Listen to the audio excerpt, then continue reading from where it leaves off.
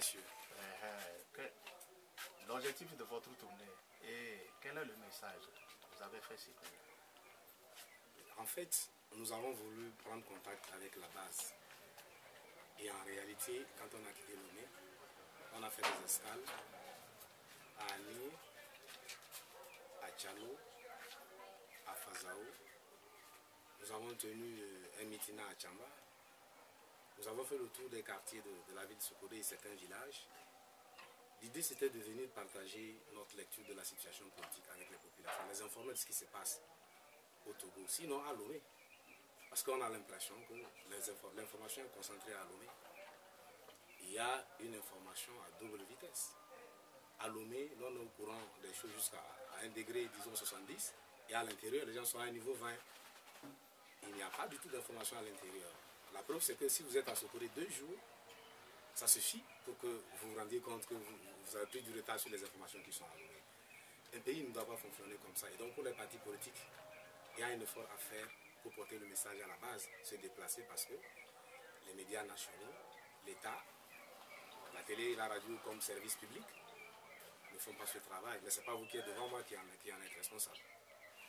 C'est pour ça qu'on est venu donner le message aux populations ici sur la situation politique. Mais surtout sur la position du Parti national panafricain.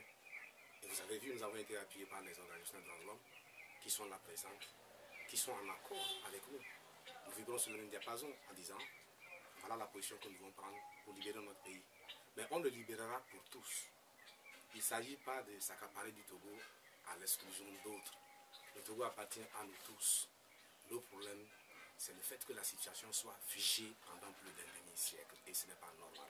Il n'y a pas un seul pays dans cette situation encore aujourd'hui. Ce n'est pas normal. Le Togo doit redevenir un État normal. Et pour que cela soit ainsi, il faut absolument qu'il y ait alternance. Voilà. Alors, rappelez-nous la vision de PNP. Pour le PNP, c'est tout simple. Il faut absolument opérer les réformes pour qu'on retrouve la situation de la Constitution de 1992. Dans ce contexte, là, on a déjà les bases de l'alternance jetées. Donc, revenons à la Constitution de 1992, c'est clair. Nous nous préparons à mettre debout le peuple togolais, y compris la diaspora, avec d'autres partis politiques de l'opposition et les organisations des droits de l'homme, des défenses des droits de l'homme, pour qu'ensemble, à l'unisson, nous réclamons, nous demandons au pouvoir d'opérer les réformes pour retourner à la Constitution de 1992.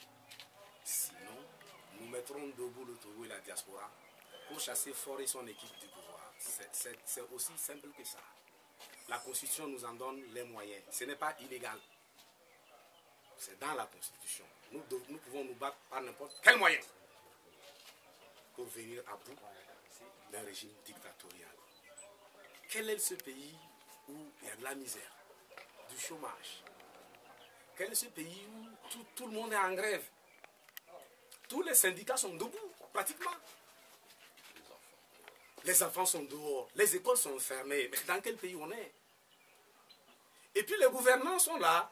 Nous organisons les élections. La CENI est là, on fait du bon travail, on révise les listes. Cette fois, les chiens vont empêcher la caravane de continuer. Parce que les chiens ne vont pas se contenter d'aboyer. Les chiens vont faire autre chose. Mais nous ne le dirons pas maintenant. Parce que nous risquons de dévoiler nos stratégies. Mais le chien ne se contentera plus d'aboyer. Si Fort fait les réformes et qu'il ne se présente pas en 2015, il a toutes les chances de discuter, de négocier avec ceux qui vont prendre le pouvoir parce que le Togo appartient à nous tous. Mais par contre, s'il s'entête comme il le fait, comme si lui et son père avaient acheté le Togo, ce sera à lui d'en tirer les conséquences. Alors pour les échéances à venir, quel message avez-vous à l'endroit de la population de Django? Le PNP ne parle pas encore d'élection, nous n'avons pas de candidats. Les droits de l'homme n'ont pas de candidats, vous voyez qu'ils sont avec nous. Nous ne parlons pas de candidature. Nous ne pensons pas à élection. Là où je vous parle, les élections ne sont pas à l'ordre du jour au PNP. Nous ne sommes jamais retrouvés sur ça pour dire qui va être notre candidat. Candidat dans quel contexte? Rien n'a changé. C'est Claude Amangavi qui le disait lors de notre réunion à Lomé. Il dit rien n'a changé. Les élections se passent comme depuis. C'est la même chose. Qu'est-ce qui a changé aujourd'hui pour que les gens puissent dire oui, cette fois nous allons aux élections? Quelle garantie ils ont par rapport à la transparence des élections? La CENI est acquise, la Cour constitutionnelle est acquise. Et je l'ai dit sur TV7.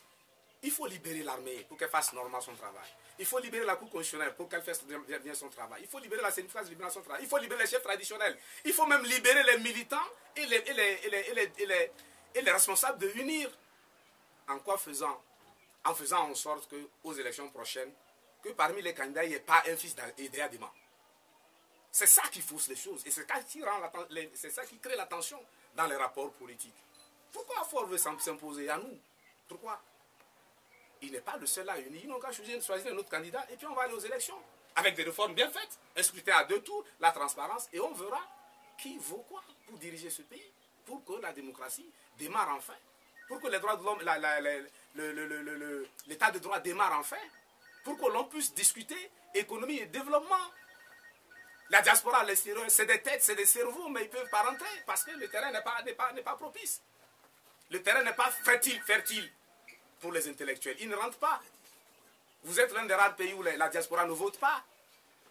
Vous êtes le seul pays en Afrique de l'Ouest qui a encore un scrutin à un tour. Qu'est-ce que ça veut dire? Il faut que le Togo redevienne un État normal pour le bonheur de nous tous.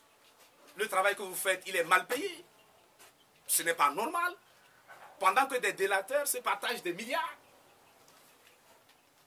Bon, franchement, notre position elle est très claire. Les réformes, ou bien ils quittent le pouvoir. C'est très simple.